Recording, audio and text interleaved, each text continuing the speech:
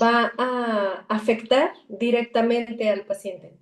Y muchas veces también afecta indirectamente al equipo quirúrgico, ya sea por alguna mala práctica, por algo legal, o simplemente se empieza a hablar mal del equipo quirúrgico y enseguida cae en una mala reputación.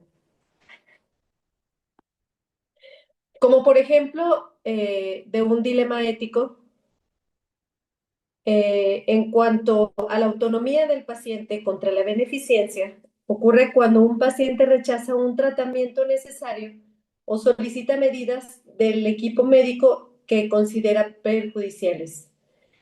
Eh, Hay veces que el paciente no quiere tomar algún medicamento, el paciente rechaza, por ejemplo, la reanimación cardiopulmonar y es un paciente joven, es un paciente que tiene la oportunidad de continuar y el equipo médico pues se queda así como que, ¿por qué no? ¿Sabes?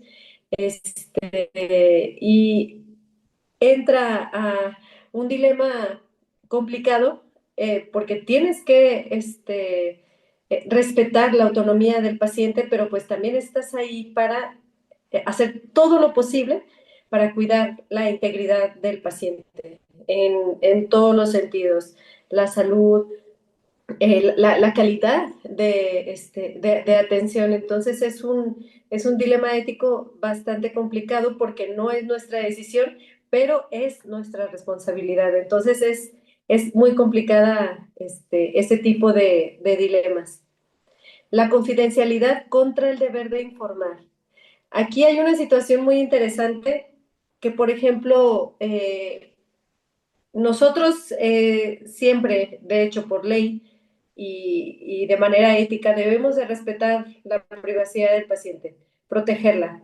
Por ejemplo, si aquí les puse un ejemplo, un paciente que tiene una enfermedad infectocontagiosa, el paciente no quiere informar a la familia, no quiere informar a su pareja, pero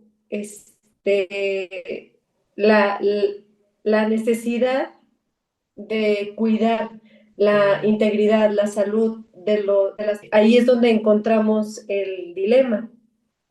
Respetar esa confidencialidad, no vamos a ir y reunir a toda la familia y miren él, tiene una enfermedad infectocontagiosa para que lo tomen en cuenta, para que lo ayuden, para que lo protejan. No, si el paciente no quiere en ese momento hablar sobre esa situación, debemos de respetarla.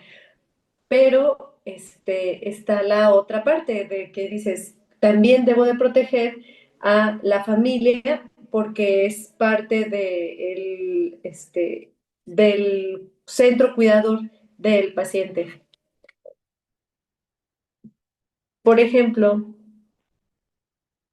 alguno de ustedes, ujú, alguno de ustedes, quien quiera participar. El paciente tiene VIH, no le quiere decir a su familia. Yo sé que no es nuestro trabajo, pero podemos intervenir bastante bien en esas situaciones. Pero ¿qué es lo que harían? Hay hay vertientes que son totalmente aceptadas de manera legal y ética dentro de las instituciones y la manera de actuar. Pero ¿qué harían? El paciente tiene VIH, el paciente no quiere comunicarlo a la familia, pero ustedes conocen a la familia, conocen a su comunidad. Me refiero a comunidad, no me refiero a dónde vive, sino la comunidad que lo cuida.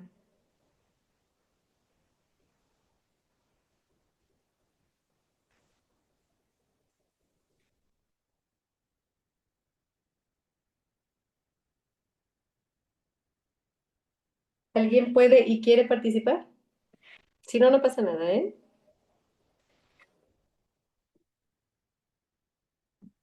Yo, maestra, Ah, va, gracias, Aaron. Dime. bueno, a mí me tocó hace mucho y Ujú. pues fue la dialogar, porque muchas veces el creer que pues ya tienes VIH ya es condenado a muerte. Exacto. Entonces, es lo principal que todos piensan y también compañeros. Yo que pues estoy en la preventiva, pues conozco todo esto, manejamos lo que es el PrEP y el PEP. Entonces, como ya tengo algo de información, es como que los comparto, porque también tengo compañeros que, bueno, incluso me incluyo, yo cuando no estaba en la preventiva, pues yo pensé que VIH ya, no sabía que tenían los antirretrovirales, se podía tener una vida normal. Sobre Sí. este tema hay muchos tabús y hay mucha Ujú, desinformación también. Esa vez yo ese paciente creo que no tomaba tampoco nada, tenía como que, tenía poquito meses de que había sido diagnosticado. Pues también ingresó, no me acuerdo por qué ingresó, yo creo que apenas era pasante. No, no era paciente, no me acuerdo qué año, pero sí tenía poco también en el tema, en la carrera, pero sí le di esa información de que pues no tomaba nada, no se estaba cuidando, entonces fue como de que pues lo más que conocemos a un M-Capacit, o sea, y ahí te orientan ujú, esto. Entonces, más que nada, como les comentaba, muchas veces hay pacientes que los aislamos de los pacientes. ujú, Entonces, muchas ujú. veces piensan que es como una discriminación para ellos, pero pues realmente es por protección de ellos, porque su Exacto. sistema inmunológico está bajo, entonces te meto en una sala con uno que probablemente tiene una probable TB o probable neumonía, que sí empiezan con probables. Entonces, es perjudicial para ellos. Sí. Yo sí le dije, hay que decir que pues cuando vayas a un hospital, donar sangre, lo que sea, para cuidado de él mismo y de nosotros también y de sus familiares. Ya después Ujú, ya no supe si lo dijo, pero pues de esas veces que yo fui a canalizar y pues ya le sacas plática, ¿verdad? Te sientas y ahí te tomas el tiempo. Fue una de las maneras que yo empecé a dialogarle y ujú, explicarle cómo está, y, o sea, que le comenté que, o sea, tener VIH es como tener una enfermedad, como le puse de ejemplo, como tener la diabetes. O sea, es como de cuenta que tienes tu diabetes, pero te tienes que controlar, alimentarte bien, hacer ujú. ejercicio y tomarte tus medicamentos diarios como debe ser. Pero eso fue hace unos años y hasta la fecha, 2026 veo que hay mucha desinformación, muchos tabús, y hay mucho, me ha tocado actualmente pacientes que no les encuentran y hasta el final dicen que tienen VIH y ellos mismos dicen, es que Ujú, estoy en todo mi derecho de no decir. Y ujú. la verdad no sé, pero y esa vez sí le comentamos, sí, pero o sea, ya estás en un hospital y más que nada es por tu protección, porque no te podemos tener en la misma sala con los otros pacientes, o sea, es protección de uno mismo, o sea, en sí, o sea, todavía actualmente es mucho desinformación, mucho tabú lo que hay ahorita. Exacto, Más acá donde yo soy exacto. del norte también. Ya. Sí, sí, sí. Yo creo que definitivamente la información es la clave para todo, tanto información para el personal como información para el paciente, porque si uno no sabe manejar ese tipo de situaciones, no va a poder ayudar al paciente y lo va a desorientar, lo va a asustar y no va a poder resolver o ayudar a resolver la situación. Es que más que nada en esto hay que yo siempre he dicho, hay que ganarse la confianza del paciente, porque pues si llegas Exacto. con tu carota todo seco, ¿qué le pasa? ¿Qué tienes? O sea, es como que no generas esa confianza, esa fluidez que, o sea, pues obviamente no va a decir nada al paciente. Ya si te sientas, platicas, ¿qué le pasó? O sea, uno que le gusta andar ahí hablando, pues Sí. como que ya solito se va desglosando y no, es que me pasó. O sea, ya ahí poco a poco, y también tú sacas como que otras cosas en que, ay, doctor, es que pues a él, él pasó por esto, y pues por eso tiene eso, pues hay que cambiarle de eso, o sea. Sí, ¿Cómo se sí. llama la anamnesis o interrogatorio? Algo así que es lo inicial para cuando se llega un paciente de la ingreso a urgencias. Sí, sí, sí, sí, totalmente. La confianza, porque si uno le puede decir, empieza el paciente, no, pues es que tienes que decirle a tu familia y tienes que y tienes y tienes y tienes. El paciente enseguida ya obtiene órdenes y dice, no, espérame, yo apenas lo estoy procesando, yo no quiero hacer nada, yo no quiero decir nada. Pero cuando tienes esa capacidad y ese establecimiento de confianza con el paciente, ya ganaste. Pero, o sea, tú obtienes esa confianza, pero tú también debes de actuar de una manera correcta, porque si tú te equivocas y guías al paciente de una manera incorrecta, ahí es una situación mucho más complicada. Pero sí, definitivamente la confianza es imprescindible actuar en conjunto con el paciente a él lo ayuda, porque sabemos que ese tipo de situaciones los asusta. Cualquier diagnóstico a cualquier persona nos asusta, ¿no? porque es algo totalmente desconocido, no sabemos qué va a pasar, no sabemos qué vamos a hacer, cómo va a pasar el tiempo, quién nos va a ayudar, etcétera. Son muchas situaciones. Y en este tipo de situaciones debemos de, o se recomienda, combinar eh, varios servicios, como por ejemplo psicología, los comités de ética, en caso de que el paciente no quiera hablar sobre su situación con la familia, con su pareja, pero nosotros apoyarnos de otros servicios lo vamos a resolver de una mejor manera. Es de una manera más legal, de una manera más prudente, porque nosotros no vamos a poder resolverlo solos.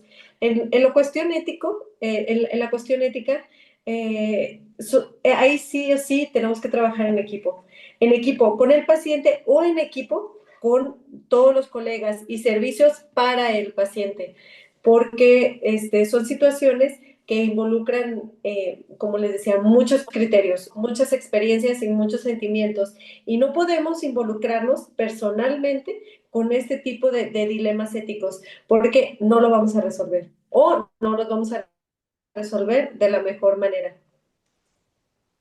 Ujú. Muchas gracias, Aaron.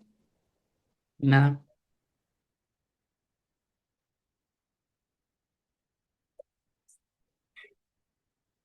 Otro de los dilemas éticos, como es súper, súper común, al final de la vida y los cuidados paliativos. Decidir entre alargar la vida artificialmente, que es una obstinación terapéutica, y respetar la limitación del esfuerzo terapéutico para evitar el sufrimiento. Ahí entra el quiénes somos para decidir. Y cuando en alguna situación, en algún diagnóstico, el médico en automático le dice al paciente, te queda tanto tiempo determinado de vida, ¿no? 3 meses.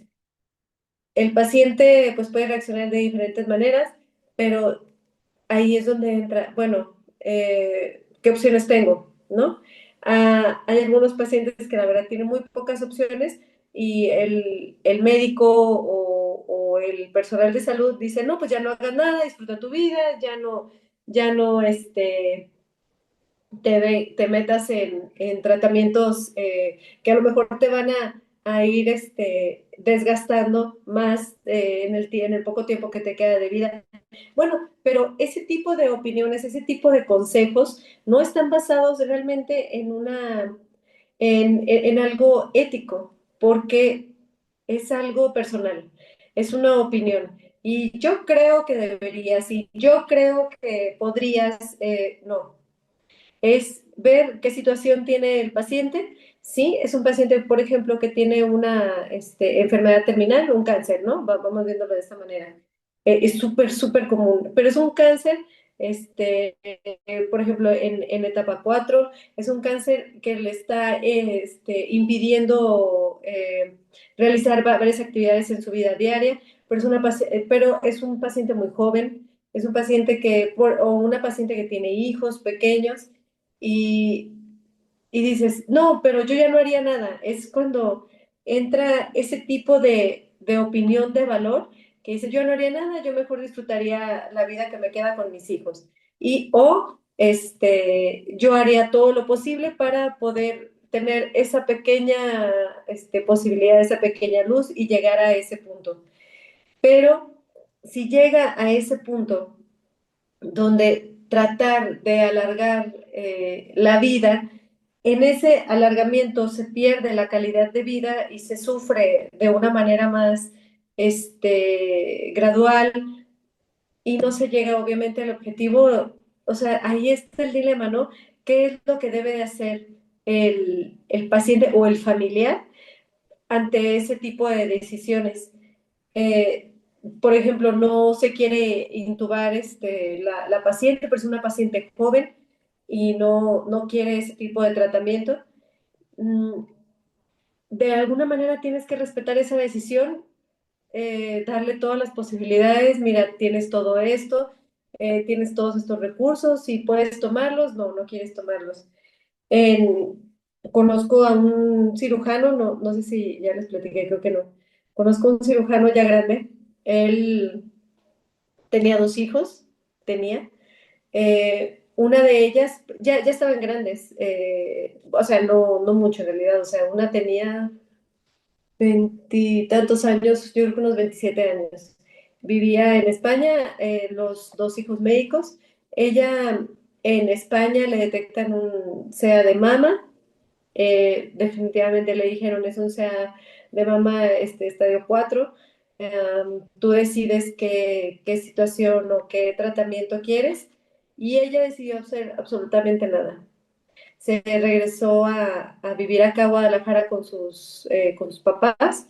Su papá, médico, cirujano, súper, súper trabajador, le decía, por favor, tratamiento, tratamiento, y no, ella no, no quería absolutamente nada, ni siquiera quería medicamento para el dolor, o sea, ella quería, no, no quería como que pasar por ese proceso del intento de recuperación, del intento de alargar el tiempo de vida, y eso frustraba muchísimo a sus papás porque su papá médico y su hermano médico y querían ayudarla, pero o sea, ellos pensaban en que podían ayudarla de esa manera, pero ella, su decisión siempre fue llegar hasta donde ella tenía que llegar y obviamente falleció.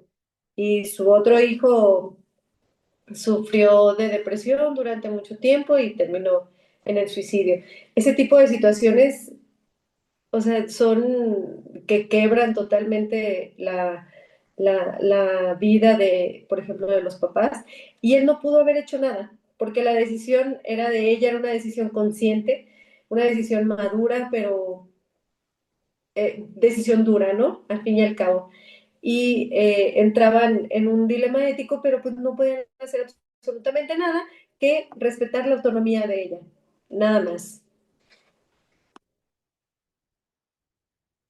Otro tipo de dilema ético súper, súper, súper común, yo creo que todos lo hemos vivido y si no, lo van a vivir, se los aseguro completamente, es la distribución de recursos limitados.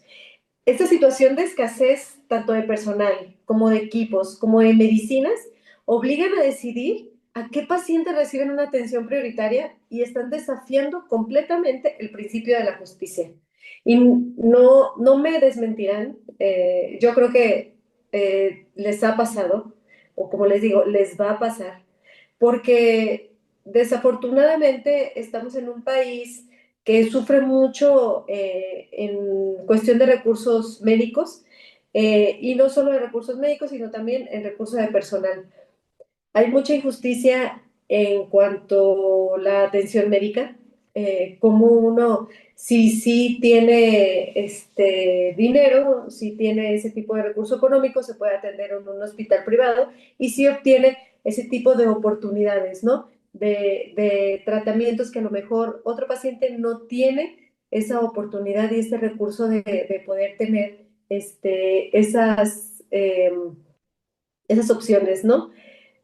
Y cuando uno es, es, es muy complicado, como cuando a uno le dan ciertos recursos materiales, pensando en lo material. Eh, ¿A quién se lo vas a dar? ¿A quién se lo vas a ofrecer? A un paciente que está crítico, definitivamente sí. Pero bueno, y si el otro paciente no está crítico y sin ese tratamiento puede llegar a ser crítico, ¿cuál es tu decisión? ¿A quién se lo vas a dar? ¿Al que se va a morir más rápido o al que, que tiene la oportunidad de no llegar a ser crítico? O sea, ¿cuál es? Ese es un dilema que nosotros sí o sí nos vamos a enfrentar o sí ya lo hicimos. O es un paciente conocido, es un paciente recomendado. ¿Por qué ellos sí tienen ese tipo de recursos y por qué las otras personas que vienen de recursos totalmente limitados, que no tienen ningún conocido en el hospital, no pueden tener esos recursos? A mí me parece algo totalmente injustificado, no, no es justo, porque todos debemos de tener la misma situación de justicia en un hospital. No por el hecho de ser el hijo de fulanito o algún recomendado de dirección o de alguna situación así, sí pueda tener ese tipo de recursos. Eh, y un paciente que viene de la sierra no puede tener eso. Y digo, no, o sea, ¿quién es quien lo decide? Y es un dilema ético que no sé ustedes cómo lo han vivido, porque seguramente, les estoy diciendo, seguramente ya lo vivieron y no sé cómo lo hayan resuelto o qué es lo que qué es lo que hicieron en ese momento para resolver esa situación. Si alguien tiene alguna, alguna anécdota que quiera compartir, o por ejemplo algún Buenas tardes. medicamento. Ay, hola, buenas tardes, Adriana. Dime. Pues sí lo vivimos, incluso lo hemos vivido en lo que viene siendo ahora en pandemia, con lo que viene siendo el Y oxígeno. Ajá. así, Y muchos pues, medicamentos, y se vivió en ambos, en el personal de salubridad, o sea, en todo el personal, y se vivió en ujú, los pacientes. Teníamos ujú, que ver a quién. Y pues eso yo creo que todos muchos nos quedamos, ¿no? Con eso de no poder expresar esa situación, sí, porque lo vivimos nosotros y yo me imagino que la mayoría, todos los que están aquí, y exacto, lo seguimos viviendo porque ahorita hay muchas carencias en toda la República, no nada más en un hospital. sí. Ahorita se está manifestando mucho por las carencias de las infraestructuras, recursos humanos, los hospitales, la demanda de pacientes con enfermedades crónicas, degenerativas y con enfermedades de problemas de cáncer y muchos más.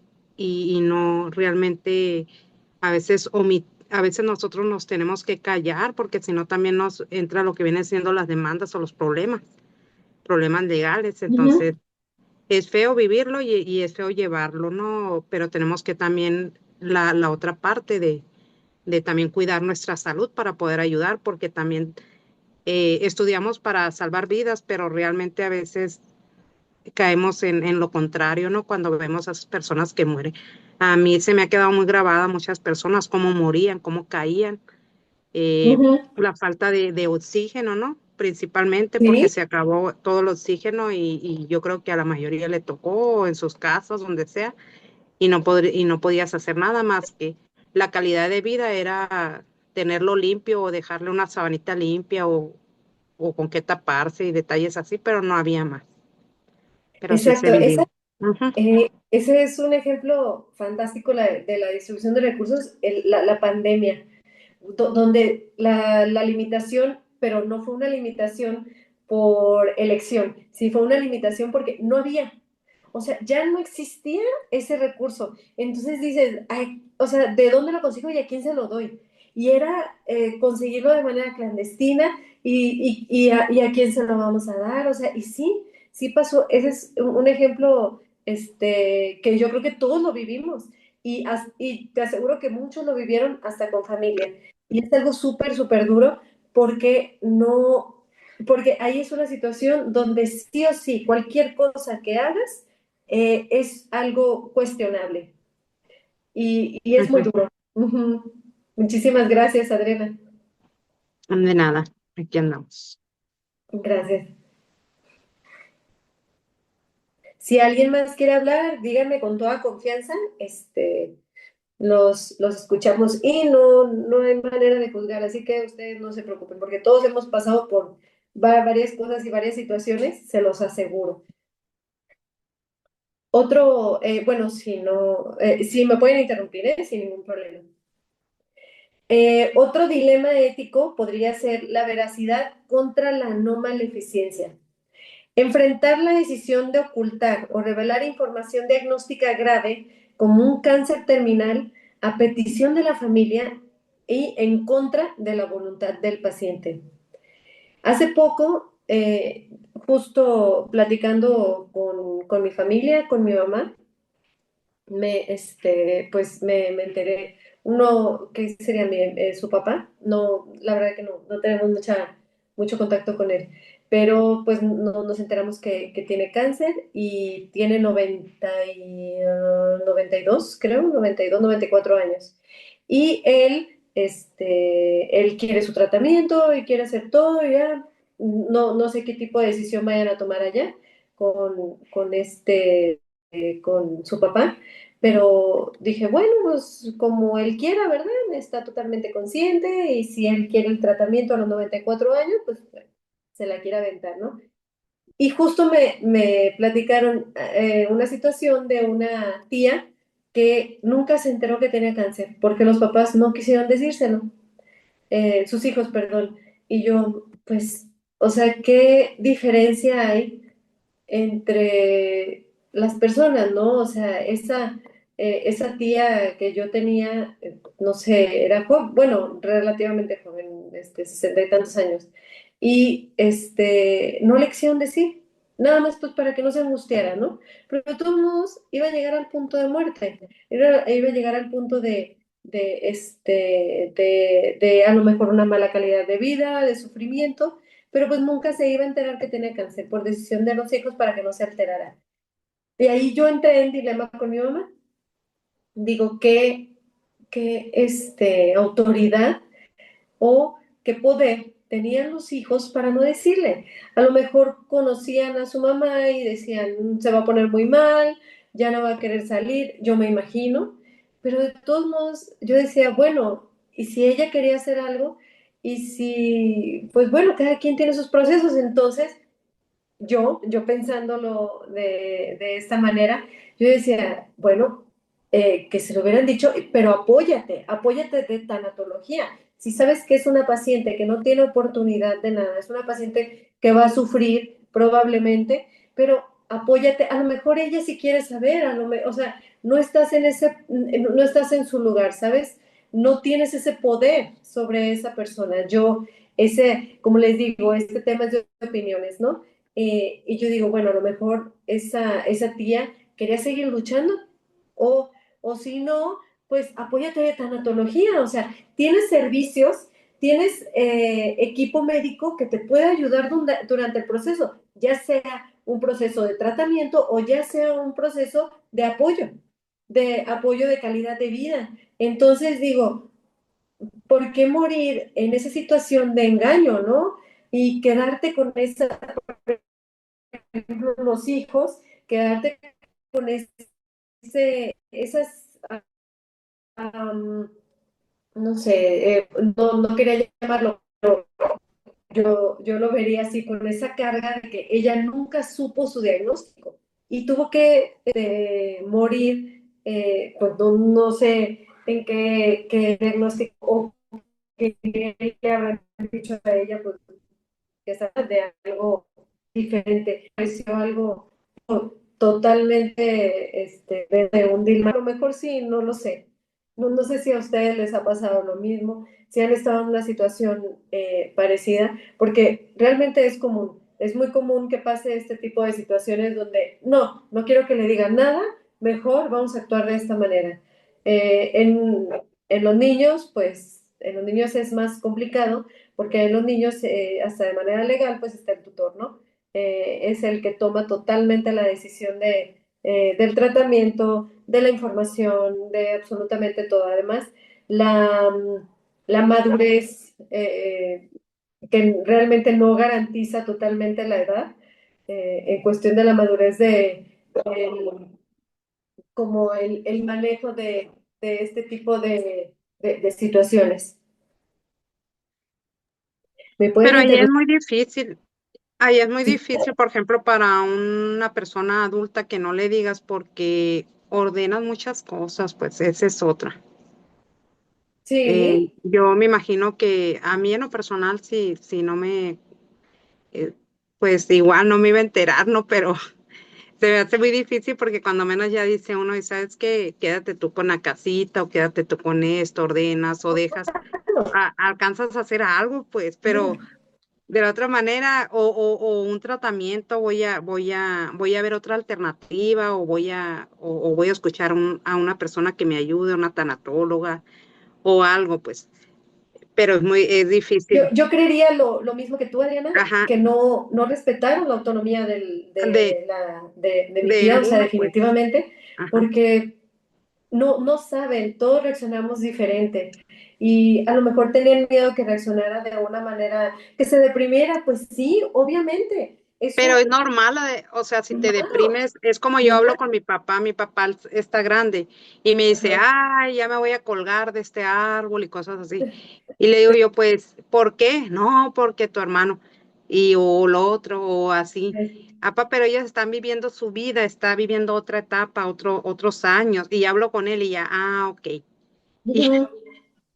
ok, Sí, pero ellos así se ponen los señores grandes. Pues yo así entiendo porque yo hablo con muchas personas ujú. grandes y ya después, tienes razón. Y ya les cambia el chip, o sea, Sí, y ellos no les estás hablando de una enfermedad, es nada más porque son adultos. sí.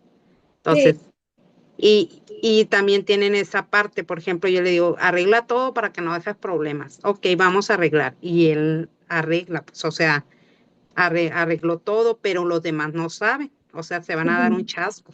Ya. Y así, pues, detalles que salen aquí, pues, que uno dice, puedes decidir, pero no tienes la misma vida, no te fue igual, a lo mejor tu situación económica está bien, pero porque lo has logrado por todo lo que has hecho y la otra persona no.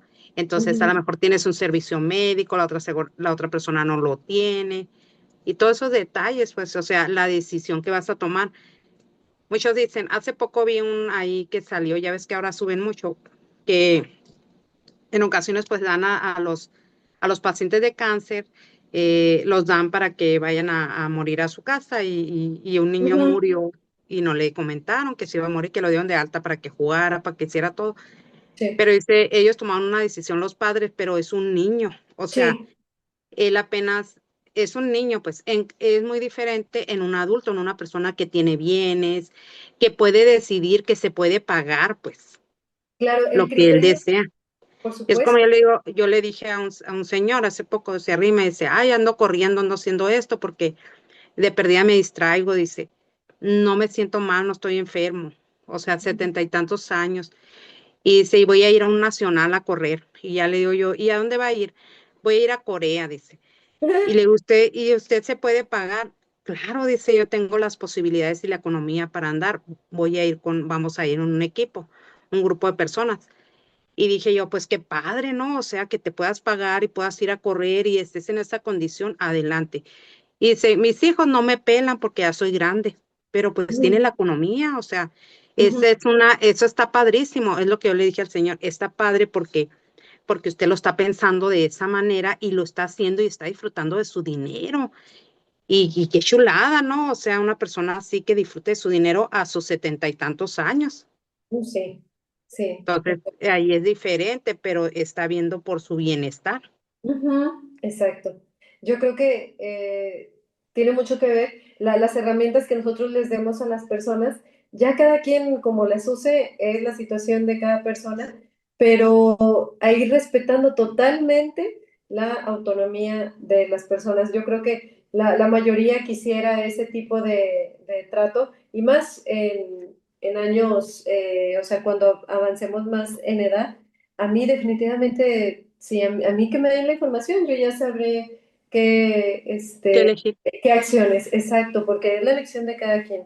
Y si tú le das herramientas, ya las personas van a elegir. Pero es un tipo de dilema ético bastante complicado y lo más seguro es que sí lo hayamos visto o lo hayamos vivido con algún familiar. Muchas gracias, Adriana. De nada.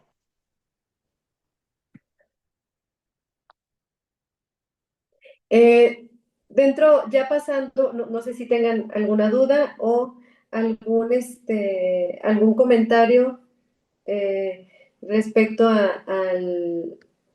al dilema, a los dilemas éticos o, o continuamos. ¿Todo bien?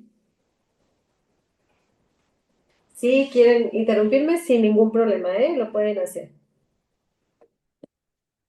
Ya continuando con la ética en enfermería, existe existen estándares de práctica. Estos estándares de práctica los establece una asociación norteamericana médica quirúrgica y ellos establecen 6 estándares, pero a mí me parecieron como bastante atinados en nuestra práctica diaria porque engloban varias actividades que nosotros hacemos todos los días con el paciente. Estos estándares se dividen en 6 y el número 1. El trabajo en equipo es esencial para la atención preoperatoria del paciente y depende de las habilidades interpersonales. Fíjense la importancia que tiene las habilidades de cada uno de nosotros para poder relacionarse con el equipo médico y crear un ambiente de trabajo que sea seguro para el paciente. La comunicación es el número 1, es sumamente importante para alcanzar estos resultados que nosotros esperamos en cada intervención quirúrgica.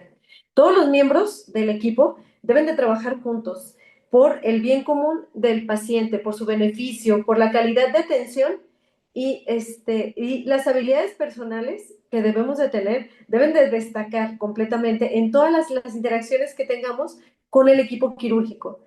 Y no solo el equipo quirúrgico, sino también todo el equipo sanitario, con el paciente, con la familia y hasta con los supervisores, con el equipo médico, el equipo de enfermería, que nos puede ayudar a dirigir algunas decisiones o resolver algunas situaciones que sean para la seguridad del paciente. Dentro del estándar 2, el planteamiento preoperatorio y la preparación para la intervención quirúrgica se individualizan para cubrir las necesidades de cada paciente y de su cirujano. Fíjense bien, porque de manera puntual, el instrumentista quirúrgico colabora directamente con el enfermero profesional. Es decir, que esta recolección de datos para la preparación del equipo, para la preparación de los artículos necesarios para la cirugía, la implementación de la atención descrita en toda la historia clínica que nosotros ya tomamos anteriormente con el paciente, se realiza bajo la supervisión del equipo médico o del supervisor de enfermería. Todo esto debe estar como que debemos de estar en la misma sintonía. Saber que siempre conociendo las necesidades del paciente, conociendo qué intervención quirúrgica y haciendo esa prevaloración del paciente, vamos a saber a dónde vamos a estar dirigiendo nuestras acciones para llegar a ese punto que es cubrir las necesidades del paciente y del cirujano.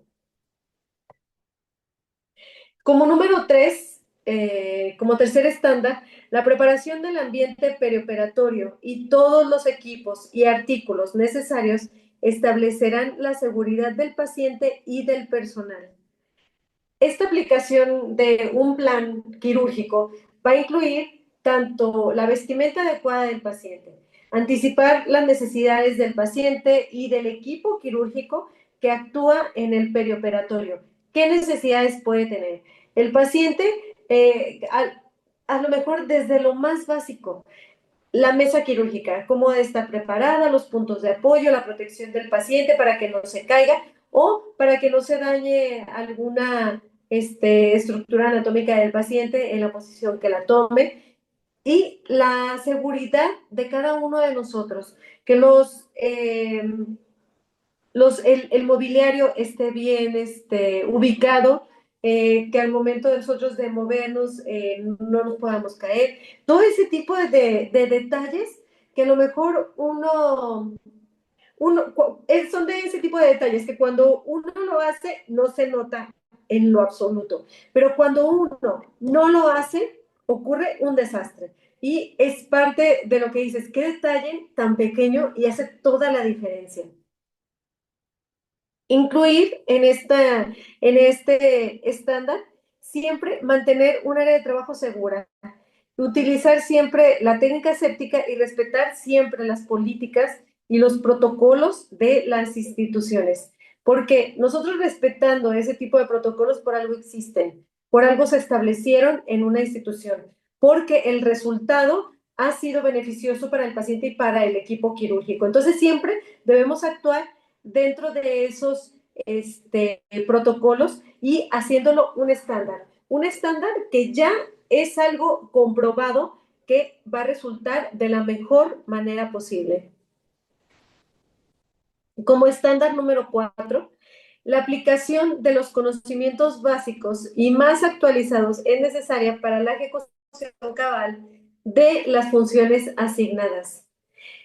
El instrumentista debe de estar al corriente totalmente de cada día de los conocimientos básicos de cada procedimiento, de cada equipo que nosotros utilicemos y de los suministros, de los protocolos de emergencia que nosotros tengamos en varias situaciones y cambios de tecnología en los equipos que nosotros utilicemos. Fíjense bien, desde los protocolos de seguridad, cuando uno no tiene ni idea, cómo puede entorpecer y puede hasta evitar la resolución de alguna situación crítica en el paciente. Por ejemplo, si nosotros ya es un paciente que está siendo intervenido quirúrgicamente y cae en paro, ¿qué es lo que tiene que hacer un instrumentista en ese momento?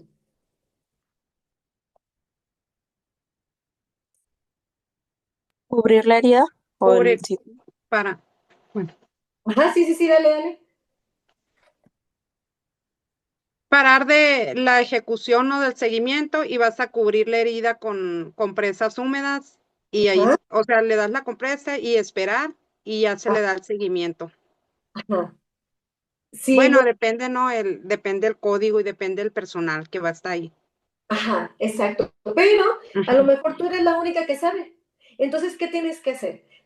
Sí, está muy bien, cubrir la herida. Si, por ejemplo, están abordando este abdomen, cúbrela con un campo, cúbrela con lo que sea necesario, ellos van a dar maniobras un poquito más arriba.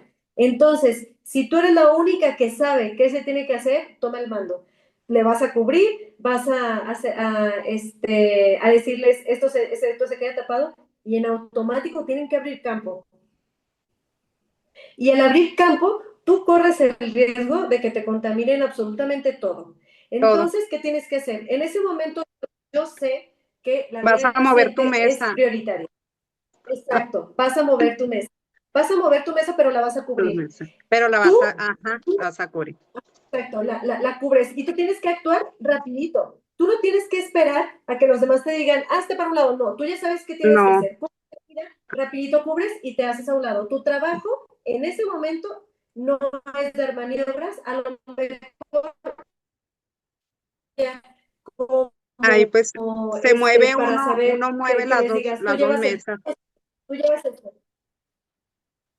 exacto. Pero tu trabajo es cuidar el instrumental y la esterilidad, porque lo más seguro es que terminen el procedimiento si es que puede salir de paro, porque no van a dejarlo abierto, bueno, depende de la situación, ¿verdad? Pero tienen que Ajá, resolver la situación quirúrgica. Si se contamina, pues le vas a agregar otra cosa al paciente, ¿no? Pero sí, precisamente, eso es algo que nosotros tenemos que hacer. Si tú eres la única que sabe, actúa y pone el mando enseguida. Pero si tú no sabes qué hacer, Dios, todo está perdido, ¿no? Pero sí, perfectamente, Adriana, eso es precisamente lo que tienes que hacer. Cubrir y, como siempre, nosotros somos los guardianes de los pacientes y tenemos que cubrir todo el área estéril. Muy bien. Gracias, Adriana. de nada.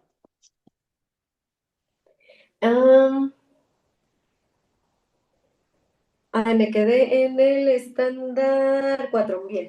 El estándar número 5. Los derechos de la privacidad, la dignidad, la seguridad y el bienestar de cada paciente debe de respetarse y protegerse. Es decir, que cada miembro del equipo tiene el deber ético y moral de defender estrictamente los derechos de los pacientes. ¿Quién está ahí para cuidarlo, para protegerlo? Que no eres tú. Hay veces que eres la única que está ahí para proteger la dignidad del paciente. Todo el mundo está enfocado, por ejemplo, en los procedimientos, en el procedimiento anestésico, en el proceso de apertura de instrumental, en la revisión de algún aparato de los aspiradores, y todo el mundo se olvidó de que el paciente está descubierto y el paciente está consciente, el paciente está despierto. Estamos rompiendo totalmente la, la dignidad del paciente. El paciente debe de ser cuidado hasta de esos puntos, ¿saben? Esos puntos que son importantes. Yo siempre, a lo mejor, yo creería que no está mal hecho siempre ponerse del lado de los pacientes, porque en algún momento o tú vas a ser paciente o alguien que tú quieras muchísimo va a ser paciente. Entonces, ese tipo de detalles que, oye, tápame, ¿no?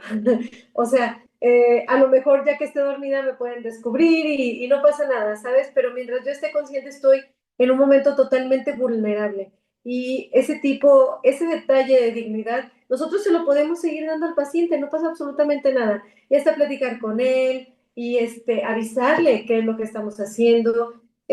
Yo procuro ser muy empática en ese tipo de situaciones, porque yo les digo, no estamos operando bultos, estamos operando personas, estamos operando pacientes que están totalmente asustados. Y más, si es una cirugía, por ejemplo, si es una cirugía de cardio, que saben que es una cirugía crítica, que probablemente no van a despertar. Entonces vamos a darles ese tipo de ambiente tranquilo, digno, para poder por lo menos que sea si es su último momento, que sea algo,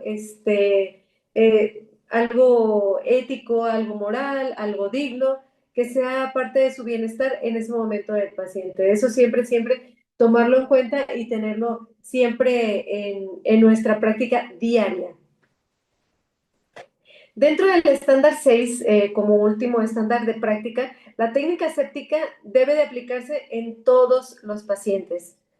La implementación de este plan individualizado para cada paciente incluye el empleo de todo momento y para todos los miembros del equipo. Es decir, que no nada más porque sea fulanito de tal no vamos a hacerlo o vamos a hacerlo de mejor manera. No.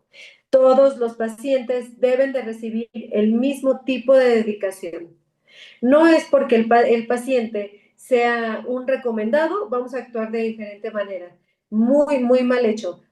Todos los pacientes deben de ser recomendados. Todos los pacientes deben de recibir la misma atención médica. Es un principio fundamental dentro de la ética profesional de cada uno de nosotros. Sé que a veces lo puedo reconocer, sé que a veces es complicado, porque si es un paciente conocido, es un paciente querido, ahí involucran sentimientos y a lo mejor experiencias y te duele un poquito que sea un trato diferente, pero yo lo tengo muy, muy establecido en mi práctica diaria. Y hay varios de mi equipo de trabajo, afortunadamente, que pensamos igual, que decimos, vamos a trabajar de la misma manera, aunque sea el papá de fulanito, porque todos se merecen el mismo tipo de trato. Y no estoy diciendo que trabajemos mal, al contrario, todos trabajamos de la mejor manera posible todos los días. Y no nada más porque es un paciente conocido, no, porque todos se merecen el mismo trato, la misma práctica adecuada, la misma práctica en conocimiento, y porque todos se lo merecen, hasta tú y yo y todos. Entonces, yo les recomendaría que estos estándares que nos establece una asociación, yo sé que son estándares a lo mejor que a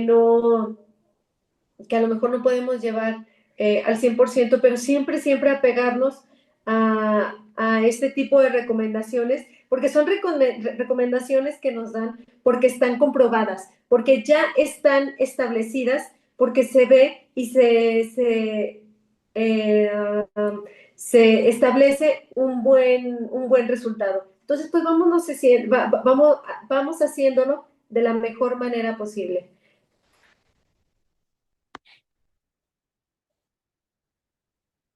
Otro tipo de tema, perdón, otro tema que incluye dentro de la ética de enfermería es la objeción de conciencia. Estas situaciones donde el profesional se niega a participar en procedimientos como por ejemplo abortos perdón, o eutanasia que contradicen sus valores personales. Qué difícil, ¿no? Este tipo de situaciones porque a mí, mi familia no, nadie, ningún miembro de mi familia trabaja en el área de la salud. Entonces, cuando platicamos de este tipo de situaciones, me dicen, ¿cómo le haces, no? ¿Cómo puedes trabajar en una cirugía de esta manera y no quebrarte, ¿no? Y digo, es que es parte de mi trabajo. Yo si me quebro, yo no puedo trabajar. Y por lo general yo no involucro ah, mi juicio para poder trabajar. Yo no establezco juicios con las personas ni con procedimientos. Obviamente, si es un procedimiento que yo veo que va a dañar al paciente, donde el paciente no estaba de acuerdo, me negaría a participar en ese proceso, en ese procedimiento. Hay una situación, un dilema ético muy interesante. Por ejemplo, tú te niegas a participar en un aborto. Vámonos viendo de esta manera. Independientemente, todos tenemos diferentes opiniones al aborto, pero todos estamos a favor de la seguridad del paciente. La pacientita entra a un aborto, se lo realiza, pero comienza con sangrado. Y pues, ¿qué haces? Ayudar, no ayudar, pero yo creo que ahí entra mucho el juicio y el castigo y la crítica. Tú no eres, bueno, disculpen mi opinión, no eres quien para decir, bueno, se lo merecía. ¿Y tú cómo sabes? ¿Tú cómo sabes qué tipo de decisión tomó para llegar a este punto, no? Para arriesgarse. Yo creo que a nadie le gusta entrar a un quirófano por gusto, a menos que te vayas a operar el paquete y aún así, qué miedo, ¿no? Pero qué decisión tan difícil, ¿no? O sea, de todos modos, si está sangrando, ayuda. Está en juego la vida de un paciente y creo que el establecer juicios y castigos directos con una persona que no conoces es algo muy grave. Porque tú siempre estás ahí para ayudar al paciente, de cualquier manera. Si se está desangrando, ayuda.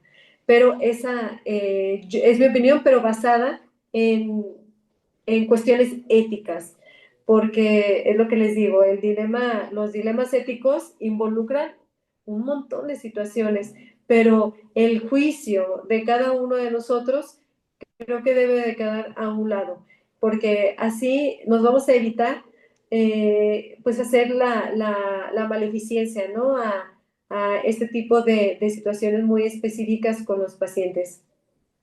Aquí hay Sí. otro punto en consideración, ¿no?, a la objeción de Ujú. aquí es de conciencia en situaciones como el aborto o la eutanasia, pero también Sí. hay otra que viene siendo la conciencia cuando entra un paciente que no es derechohabiente y que Ah, programan sí. cirugías que son programados. Ese es otro de los puntos que yo le he comentado mucho a la administración, porque Ajá. muchas veces entran y son pacientes que entran programados y no son derechohabientes. Entonces, ahí deberían de hacer otra objeción de Ujú. conciencia Ujú. para los involucrados administrativos, porque se divide la plantilla entre los que entran por los que meten a los Ujú. pacientes a un riesgo, los exponen, porque a veces son cirugías estéticas.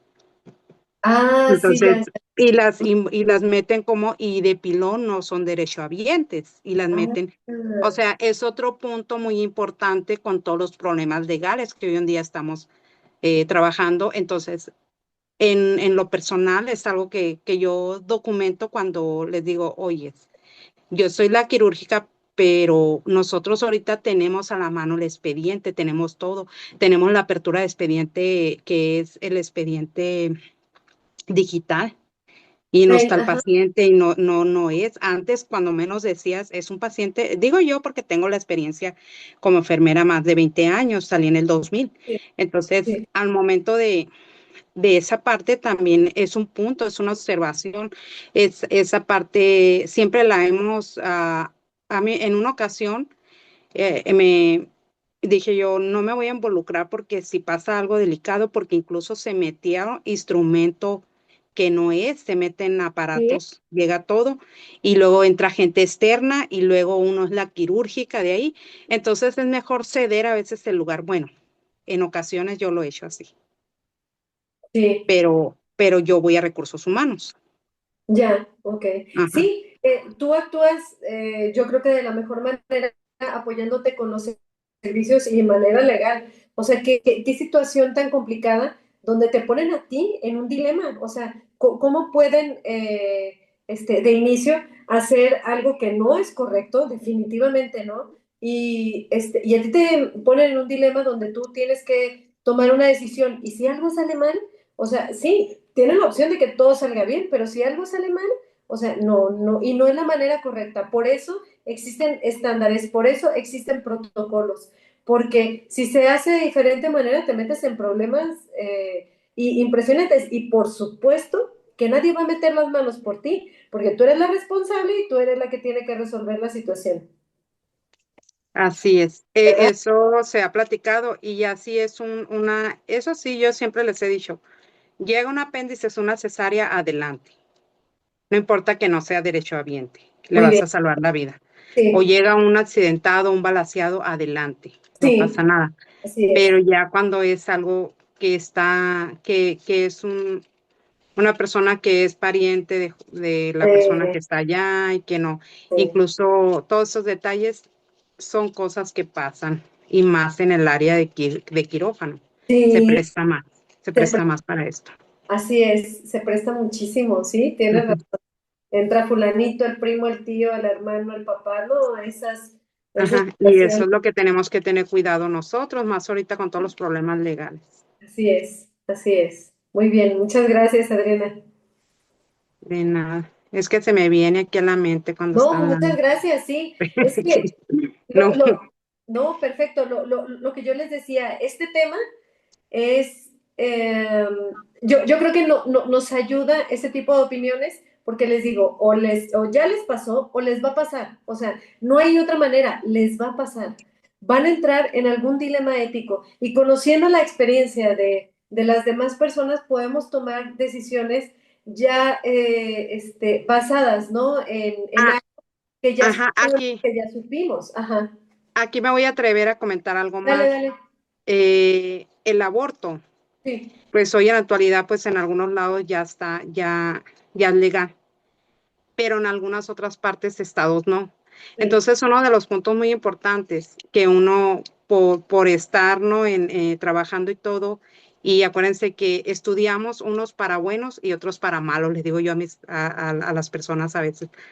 En la ley, trabajando yo con lo que viene siendo parte de leyendo lo que viene siendo algo de las leyes.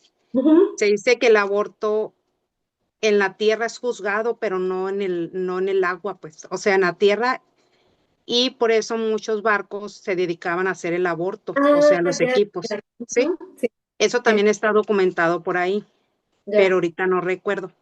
Entonces, se puede trabajar y se subían a los barcos a las personas y ahí se realizaba y ya de todas maneras no está penado. Ya. Es un arma de dos filos, Sí, es un ¿sí? arma de dos filos, así es. Así es. Entonces, es lo que nosotros comentamos de repente. Pero, o sea, a lo mejor no es tanto el aborto, pero que tú bajes a una persona, no la puedes dejar en el agua también. La Sí, tienes que bajar a la tierra. sí, sí, sí. Y si la bajas en condiciones de que Dios guarde, llega a fallecer, de Sí, todas maneras te vas a involucrar, es lo que yo les digo, de todas maneras, porque tiene que bajar, aunque tú lo realices adentro. O sea, qué bueno, salió bien, pero hay unas leyendas o hay unas donde hay barcos que se dedicaban a hacer eso con equipo. Entonces eran invitados algunas personas a trabajar. Ay, sí. Pues, ay, qué cosas, ¿verdad? Es donde entra el criterio de cada persona, pero también entra lo legal. O sea, Ajá, todo puede salir muy bien o todo puede salir muy mal.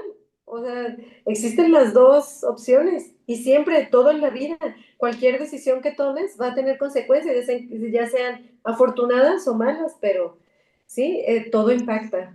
Y ajá. sí, son temas muy delicados, son temas de mucho criterio, de mucha experiencia, pero siempre con la mente fría y siempre con el punto, con el objetivo número uno que es el paciente y el bienestar del paciente. Y el respeto, obviamente, a la decisión que tome cada uno de ellos. Así es. Muchas gracias, Adriana. Na- Otro tema, digo, continuando con el tema, eh, poniendo como ejemplo este tipo de dilemas, la limitación de los recursos es una realidad con la que todos se encuentran dentro de su profesión diaria. No es infrecuente encontrarse en una situación en la que parece proporcionar a un paciente los cuidados que necesita y hay que privar al otro de unos cuidados igualmente esenciales.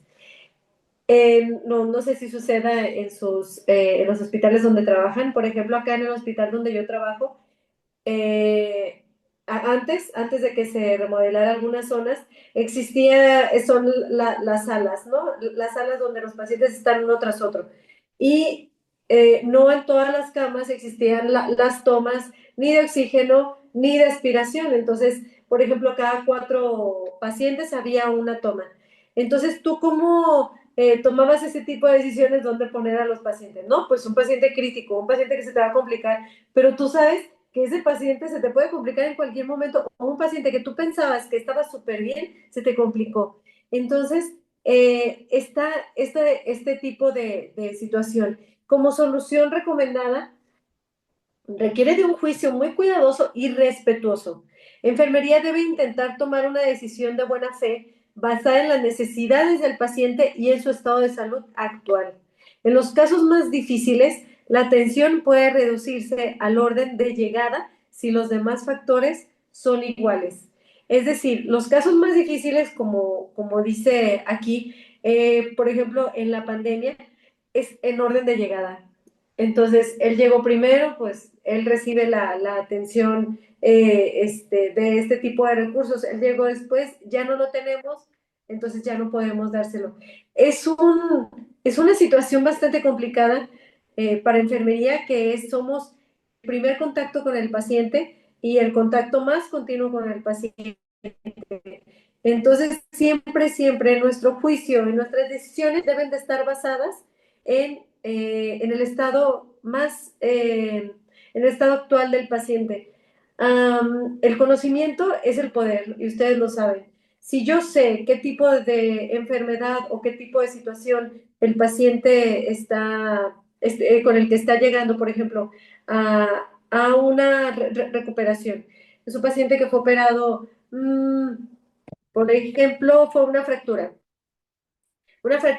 y un paciente que fue operado de un apéndice, ¿no? Se colocan en diferentes lugares de la recuperación y uno pensaría, pues una fractura lo dejamos en la esquina, ahí casi no lo vemos, no pasa nada. Un apéndice lo dejamos cerquita, estuvo más rápido, pero es el que le tengo que poner mayor atención. Pero ustedes saben que en una fractura puede haber embolismos. Entonces, si nosotros tenemos ese tipo de conocimiento, sabemos que el paciente de la fractura sí o sí tenemos que tenerlo cerca. Es algún tipo de signo o de síntoma que tenga el paciente, dificultad respiratoria, debemos de actuar rapidísimo con esos pacientes. No estoy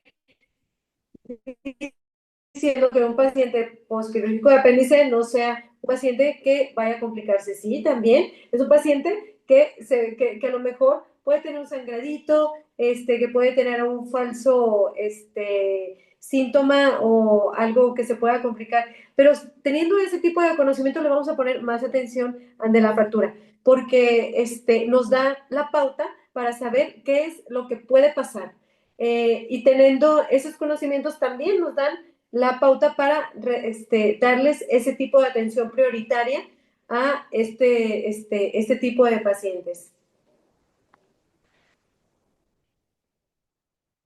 Ya entrando y terminando con el otro tema, ¿tienen alguna duda o algún comentario o alguna opinión que quieran decir en cuestión de lo ético?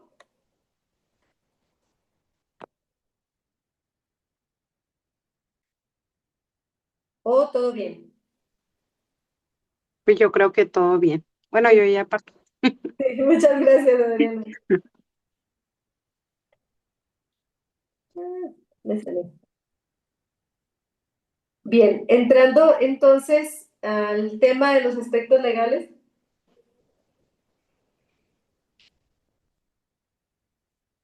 Y terminando con el tema de ética, a mí me encanta el tema de ética porque es un tema de mucho criterio, mucha opinión, pero teniendo el conocimiento vamos a poder actuar de la mejor manera para el paciente que, acuérdense, es el número uno en nuestro trabajo diario.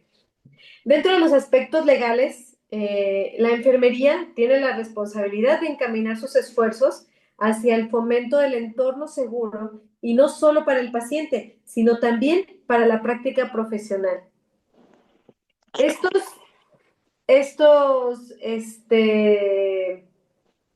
estatutos, estas prácticas adecuadas van a darnos un cuidado, una protección en cuanto a lo legal.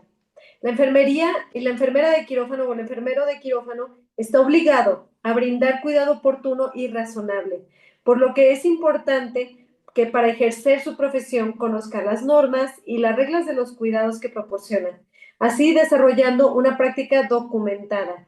Si tú practicas una actividad que me dijeron que así se hacía porque pues así lo han hecho durante todo este tiempo, o sea, en primera no es una práctica documentada, no es una práctica estandarizada, entonces te vas a meter en alguna situación si esa práctica sale mal. O si alguien, o simplemente si alguien se da cuenta que está mal hecho, esa situación va a traer algunas consecuencias legales. La documentación, estos documentos van a servir de apoyo para continuar la investigación que reduce en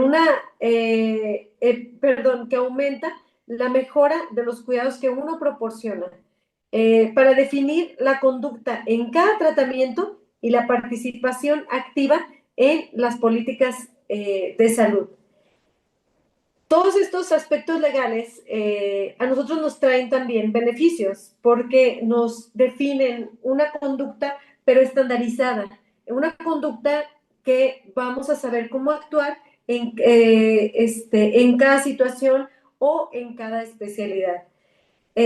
La mejora de los cuidados definitivamente, cuando algo se protocoliza, por supuesto que mejora la calidad de cada uno de los cuidados y de la atención que tenemos hacia los pacientes. Y la participación activa en las políticas de salud, porque ¿quién más va a saber de aspectos legales en la profesión que más que nosotros que estamos trabajando todos los días? Ellos pueden, por ejemplo, el Senado, todos los que hacen las leyes y las políticas de salud, ¿qué van a saber si no están trabajando todos los días en un hospital con los pacientes, con los familiares, si no es que más que nosotros? Entonces nosotros, con esta documentación, vamos a poder participar en las políticas de salud, que sí pasa. Con nuestra opinión y nuestras experiencias y nuestra documentación, podemos hacer que estas políticas de salud cambien y mejoren en respecto a los pacientes y por en estas políticas de salud, ustedes saben, han cambiado de manera muy rápida para enfermería, afortunadamente, pero rápida me refiero en los últimos años, porque tardó muchísimo tiempo el reconocimiento de una enfermería profesional.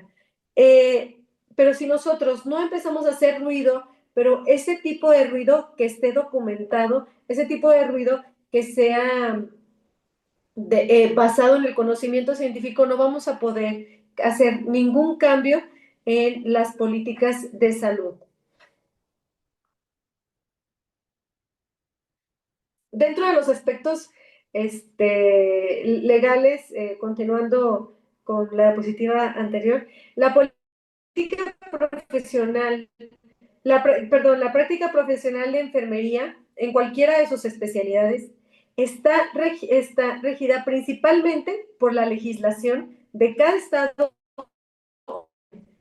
cuyos códigos y reglamentos se los deberes, las responsabilidades y los derechos de esta actividad. Mediante el establecimiento de un contrato de trabajo, cuando entramos a trabajar en alguna institución, en algún hospital, en alguna clínica, el profesional de enfermería otorga cuidados a las personas que lo requieren a cambio de un salario y prestaciones por parte de la institución, hospital o clínica. Nosotros de entrada ya estamos firmando, ya estamos ya involucrándonos en un aspecto legal que es la firma de un contrato médico, de un contrato de trabajo donde estamos obligados con algunas especificaciones en cada institución, en cada trabajo, en cada tipo de trabajo, con algunas especificaciones que estamos obligados o tenemos ese tipo de responsabilidades y tenemos derechos a varias situaciones, pero de entrada en cualquier tipo de trabajo que nosotros realicemos. La enfermería quirúrgica está obligada a, número uno, proporcionar cuidados de manera eficiente y eficaz.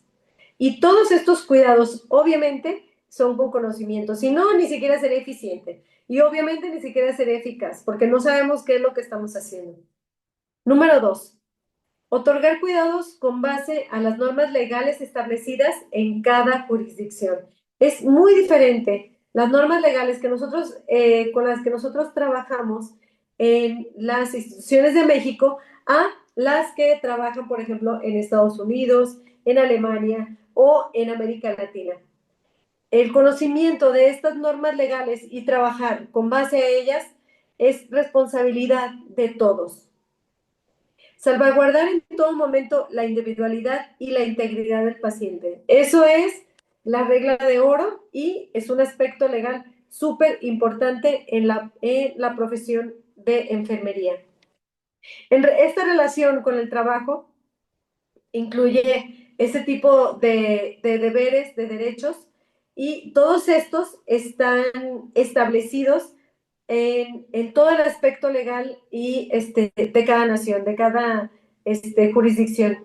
Esto es preciso cumplir este tipo de deberes, de derechos, de obligaciones para evitar enfrentar procesos legales, administrativos, civiles o penales. No solamente la mala práctica o irrumpir en estos aspectos legales nos va a llevar a enfrentar procesos difíciles o algún proceso legal, o sea, también administrativo dentro de las instituciones, también civiles y también penales. O sea, llegar a este punto penal yo creo que es algo de lo más estresante y de lo más complicado que tenemos los profesionales, pero estamos vistos, estamos envueltos en ese tipo de situaciones porque trabajamos con la vida de los pacientes, trabajamos con la vida, con la salud, con la calidad de estos pacientes que de alguna manera, si existe alguna mala práctica o algún error por negligencia o por alguna situación que nosotros cometamos, estamos siempre como en esa cuerda floja, ¿no? Entonces hacerlo de una manera con conocimiento dentro de nuestra práctica es una protección que nosotros tenemos día a día en nuestro trabajo. Dentro de la mala práctica, dentro de nuestro trabajo diario, es la conducta que supone una acción negligente, esta es como la definición, la conducta que supone una acción negligente o alguna omisión por parte de un profesional de salud que se traduce en un daño o una lesión al usuario y o paciente. Cada miembro del equipo quirúrgico es responsable de la manera en que realiza las tareas que le corresponden, por lo que debe de estar consciente de las responsabilidades legales que adquiere con cada paciente. Es decir, que si a ti te toca hacer algún tipo de actividad y se realiza de manera equivocada o por alguna omisión o de manera negligente, es tu responsabilidad sí o sí. A ti te tocaba realizar esa práctica y lo hiciste de esa manera, a ti te toca asumir ese tipo de consecuencias.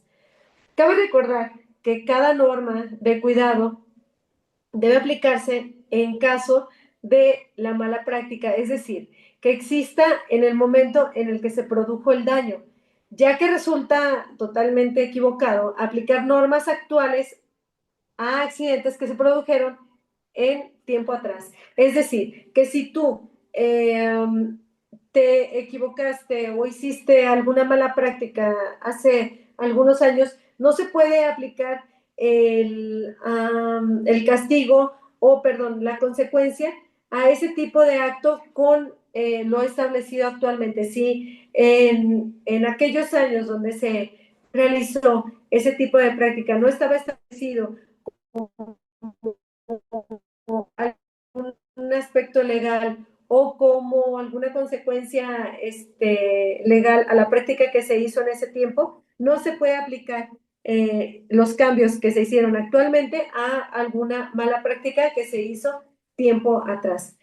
Por lo anterior, por esto, es importante que la enfermera quirúrgica esté familiarizada con las innovaciones de la materia de la legislación, es decir, todos los cambios de las políticas institucionales, así como contar con el conocimiento de las técnicas, de los procedimientos, mediante la constante actualización del conocimiento de todo lo legal. Es primordial también hacer hincapié en que cada miembro del equipo quirúrgico es responsable de la manera en que realiza sus tareas y que tiene que ser consciente de las responsabilidades legales que adquiere con cada paciente, lo que les dije. También todo acto producido por un descuido se clasifica como negligencia. Y aun cuando esta constituye una transgresión como tal, el personal de enfermería debe de tener el conocimiento completo de estas situaciones que en un descuido puede poner en peligro al paciente. Y ya que no solo se lesiona, sino que también al equipo de trabajo y por tanto a la institución. Si, por ejemplo, de manera negligente, que uno por descuido ya pasó y yo ya lo vi. Se utiliza, no sé si, yo imagino que sí conocen el Duraprep. El Duraprep trae un líquido flamable. Lo utilizaron para hacer el aseo de un paciente y enseguida usaron el cauterio. Lo usaron yo creo que a los segundos de haber utilizado el Duraprep y ocasionaron una flama y la quemadura del área donde utilizaron el cauterio.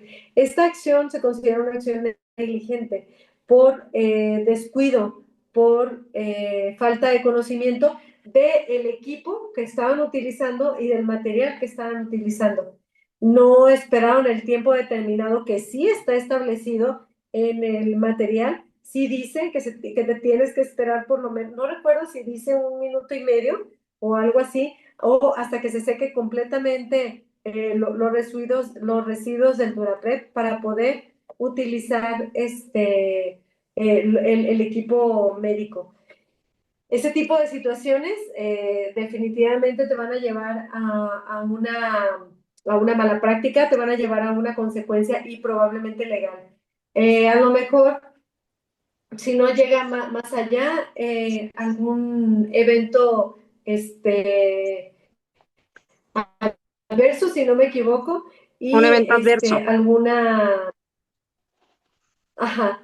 y una consecuencia probablemente administrativa, si es que no, el paciente actúa de manera legal, porque sí tiene la capacidad y toda la razón de actuar de manera legal ante este tipo de situación, por ejemplo, la situación que les platico del Durapred y el electrocauterio.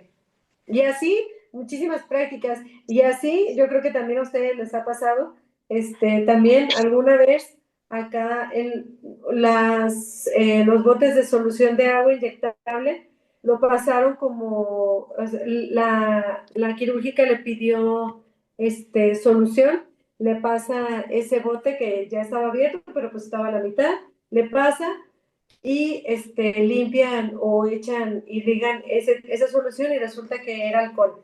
Y al momento de que utilizan el cauterio, pues imagínense, todo se quemó por allá. Y es algo que uno, pues no estaba etiquetado el bote, dos, no verificaron ni la circulante ni el instrumentista lo que le pasó el circulante, y provocaron una negligencia y un daño al paciente. Todo ese tipo de situaciones que, fíjense, o sea, de una manera por descuido, o sea, ni siquiera fue algo intencional, y yo creo que es lo más común que existe en nuestra práctica, el Ma- descuido, el Ajá. desconocimiento, es lo que más nos va a llevar a situaciones legales en cuestión a nuestro trabajo en la profesión de enfermería.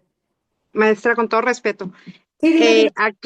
aquí es muy importante para nosotros estar, como dice usted, preparándonos así, pues capacitándonos, porque lo que nos ayuda a evitar todo eso, con todos los procesos ahora que se manejan de calidad, que hablan mucho de calidad, pues mínimo las 8 acciones esenciales de seguridad del Eh, paciente son las que nos ayudan para ujú, evitar estos detalles.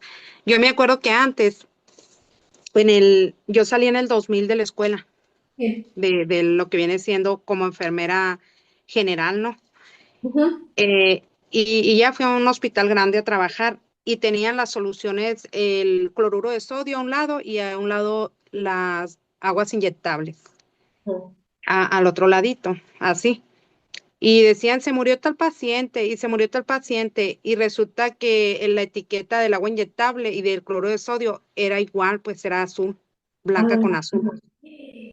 Entonces, eso pasó, pero ahorita ya lo puedo decir, ahorita que habló ahí y que dijo, te estoy hablando de años, de muchos años, y eran zonas, eran como, te toca el área de hombre, te toca el área de mujeres, o sí, sea, eran muchos pacientes.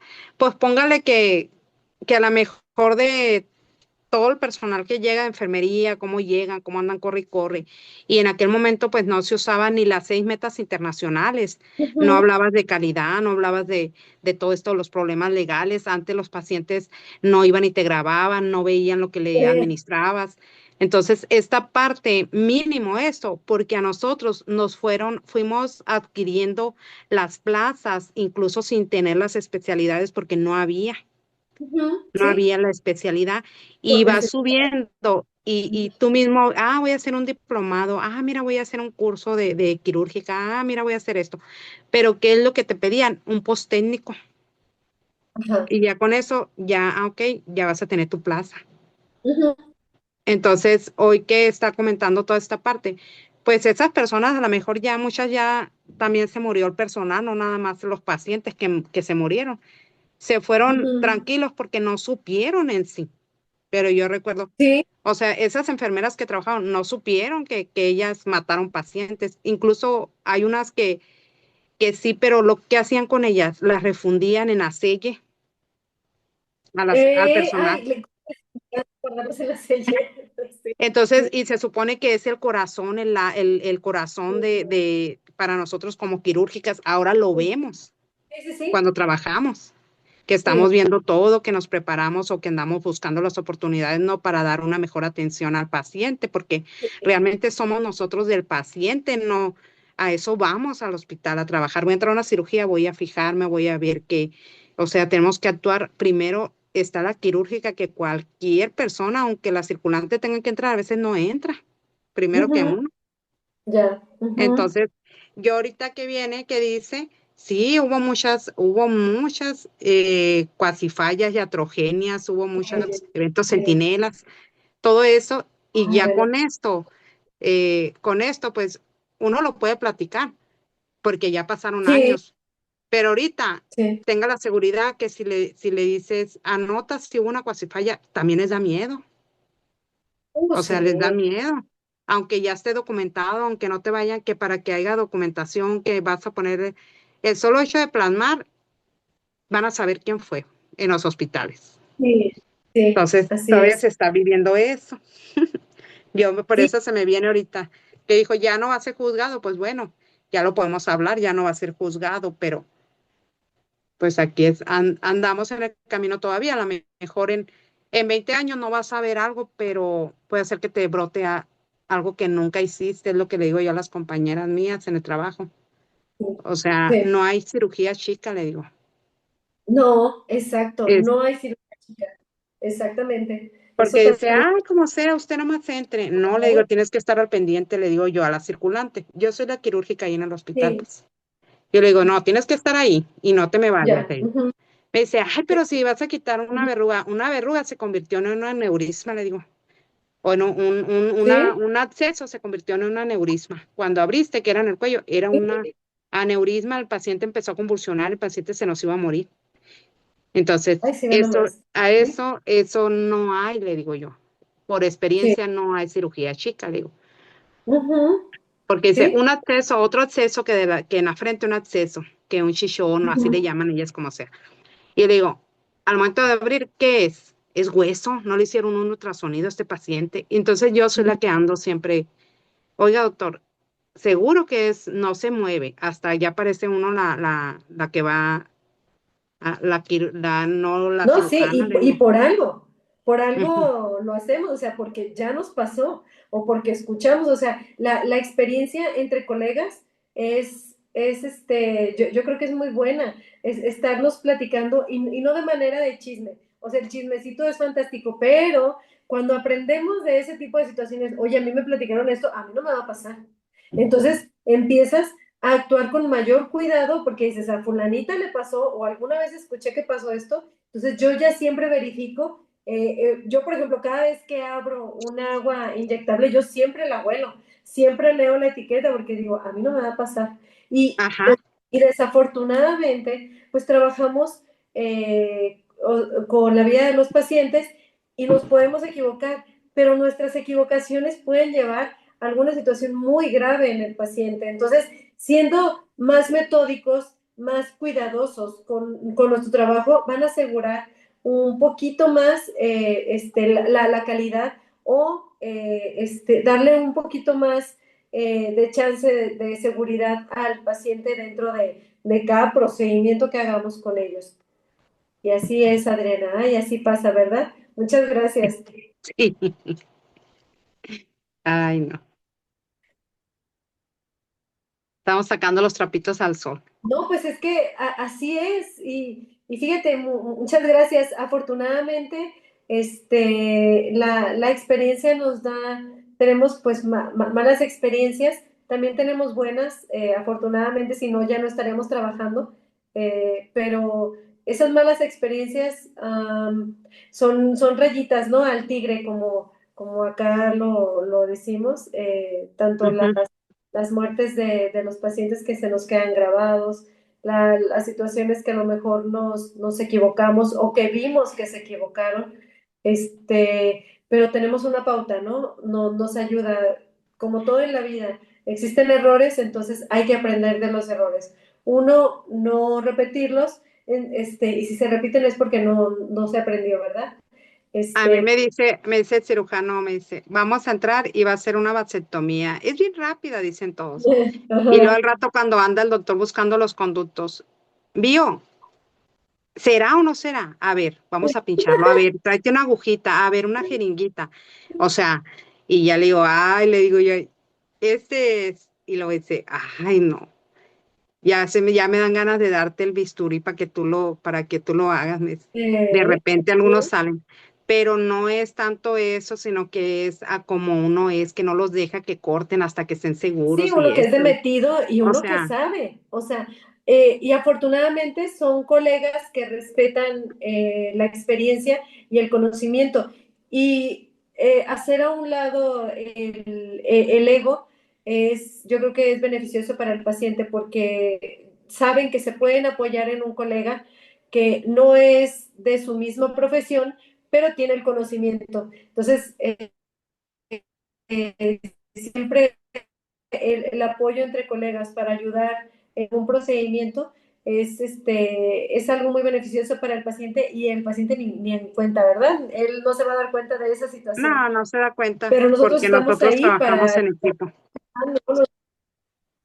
Así es, el trabajo en equipo también es algo muy, muy importante. Muy bien, muchas gracias. Okay. Continuando con el expediente clínico, creo que no, nos vamos a quedar aquí, pero o sea, terminamos esto del expediente clínico.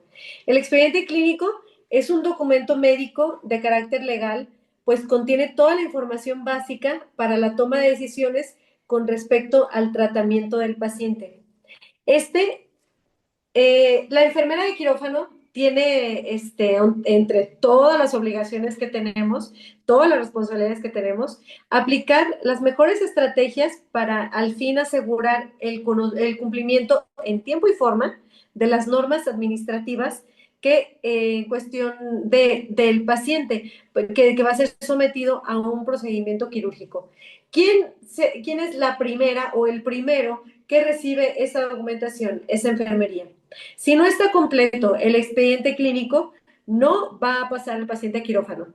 Eso téngalo por seguro. ¿Y quién se encarga? Enfermería, ¿sí? Porque tú eres la encargada o el encargado de hacer que este punto, que es un punto completamente importante y legal, se cumpla de pies a cabeza. El expediente clínico es un documento muy importante, que es la base para poder aceptar o negar la mala práctica o negligencia en caso de que se presenten demandas legales. Es nuestro documento base para evitar cualquier situación legal y que nos podamos proteger. Número uno, si nosotros de entrada vamos a recibir un paciente y lo vamos a pasar a quirófano, a la sala de operaciones, sin que el paciente cumpla con este documento completo, de entrada nos estamos metiendo en un problema legal. Entonces tengan mucho cuidado con este tipo de situaciones de que es mi amigo, ahorita me lo va a traer, no, hasta que lo traigan porque puede pasar algo y si no tiene el documento, si no tiene algún consentimiento, ¿quién va a ser la primera en esa cadenita? Obviamente, porque es una cadenita de colegas que se van a ir a esa situación legal. La primerita eres tú o el primero eres tú, en que se va a meter a una situación legal por la falta de cumplimiento del expediente clínico.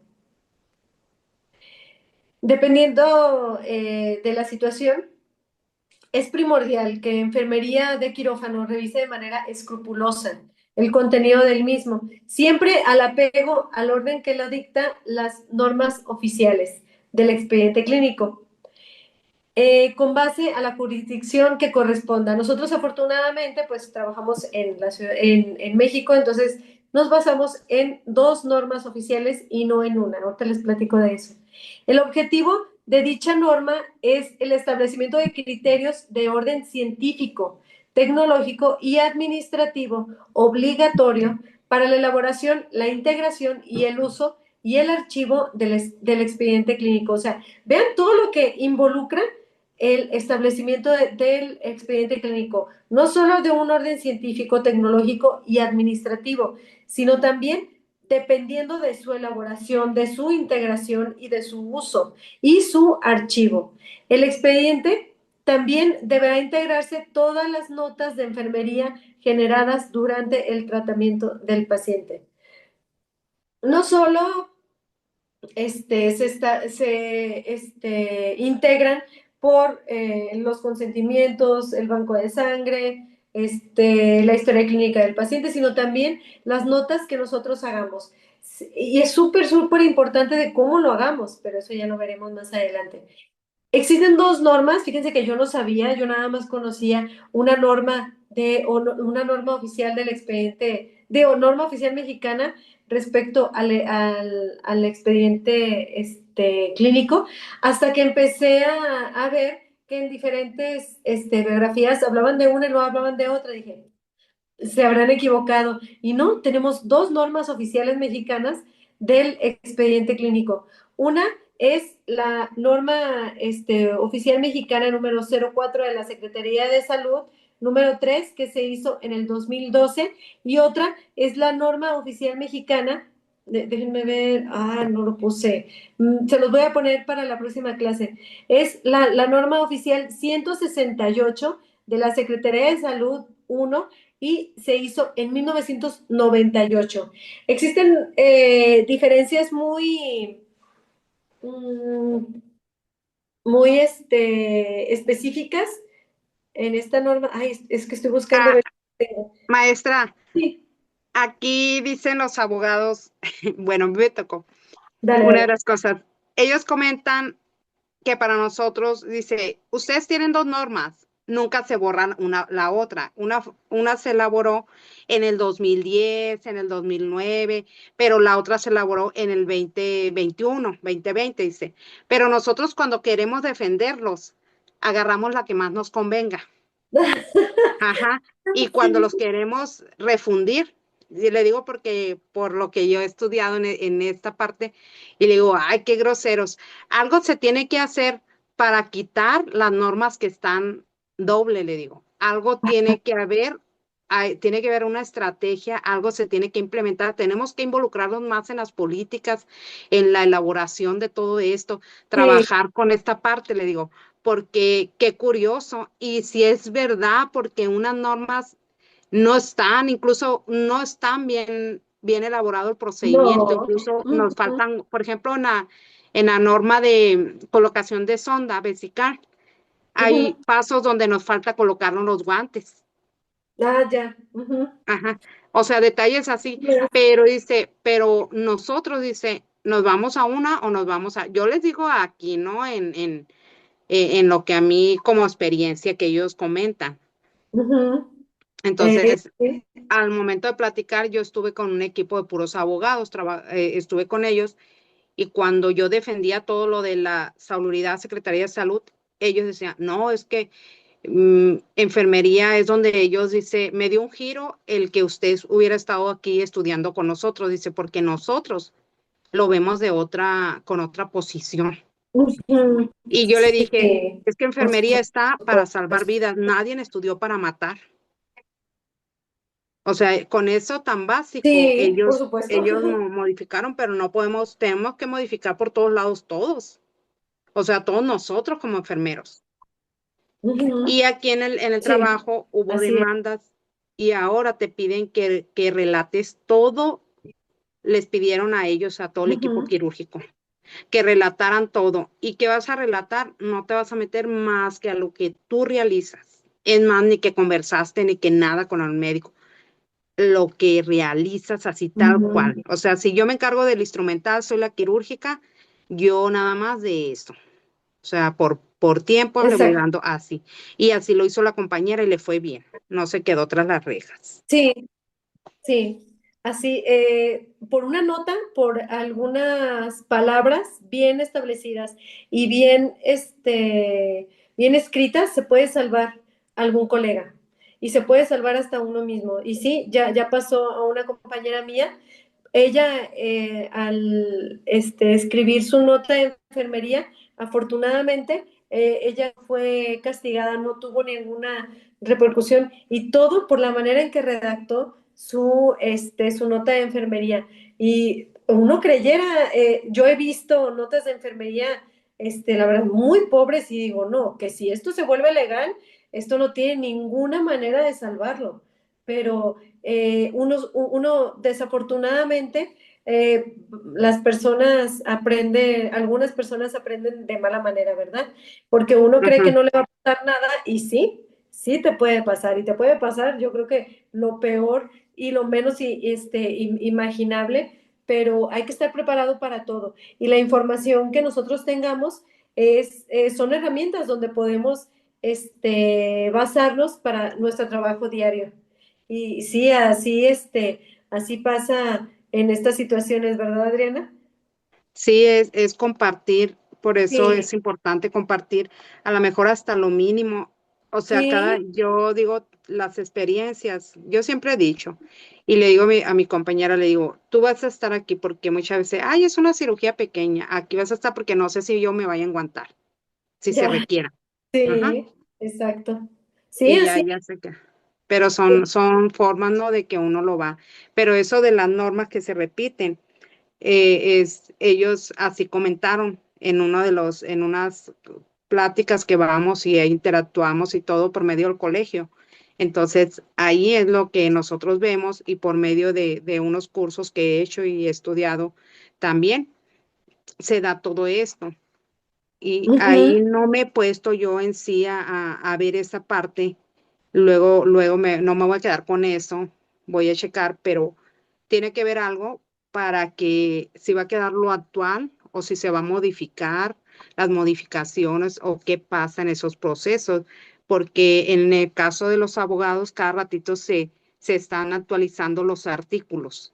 Sí, se están actualizando, también las normas tienen actualizaciones y tienen modificaciones cada cierto tiempo. Por ahí tengo la información, de hecho, en las diapositivas. Se van actualizando y son validadas con el tiempo. Este cuadro es el que les decía. Este cuadro establece las diferencias que hay entre estas dos normas y las dos Ajá, normas siguen siendo válidas, como tú dices. Y pues bueno, sí tiene sentido que los abogados se basen en el que más le convenga en alguna situación legal, porque las dos son normas oficiales y las dos son normas que te van a salvar o te van a perjudicar en algún momento de manera legal. Y estas son las dos normas, una de 1998 y una en el 2012, que ajá, han tenido sus modificaciones, pero sí tienen sus diferencias muy peculiares, pero no de ajá. manera significativa. Ujú. Ah, ok. Pero sí, Pues ahí ahí lo está. trae. La Sí, voy a checar. sí, es bastante interesante este tipo de temas. Conocer cómo podemos trabajar con las herramientas que tengamos, y poder o ayudar hasta los colegas o nosotros con la práctica diaria, Ujú. ¿verdad? Este tipo de herramientas que nos da el conocimiento. Ok. Y listo. ¿Tienen alguna Eh, duda o algún comentario que quieran hacer? Ya vamos a entrar completamente a lo legal, ya empezamos en cuestiones legales, aspecto legal, los estándares, la mala práctica y el expediente clínico. Vamos a continuar en la siguiente clase con ya las normas oficiales, las leyes de salud, cómo se establecieron y muchas gracias, Laura. Y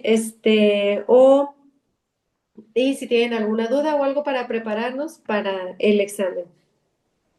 ay, No te preocupes, Adriana. Todo bien. Muy bien, muchas gracias. Si no tienen dudas o comentarios, el último martes del mes, que déjame ver cuándo es. Permíteme. El 30 sería el 30. el 30. Ajá. El examen sería el 30. Todavía tenemos otro lunes. Y de hecho pensé, dije, bueno, para que no se agobien ni nada, podemos hacer un repaso antes de hacer el examen y empezar con el examen. Ujú. Pero todavía falta otro martes para terminar los temas. Bueno, se los puedo mandar, por el chat o a cada uno. No me gusta como decir, o sea, se los puedo mandar igual. A cada uno está bien, sí. A mí también me parece mejor de esa manera. Sí, se los puedo mandar a cada uno, Laura. Se los mando en esta semana, ¿sí? Con gusto se los mando. Gracias. Si no tienen ninguna duda o algún comentario, nos vemos la próxima semana. Que sigan disfrutando su semana. Espero haberles dado alguna pauta o algún conocimiento que no hayan tenido y nos vemos pronto.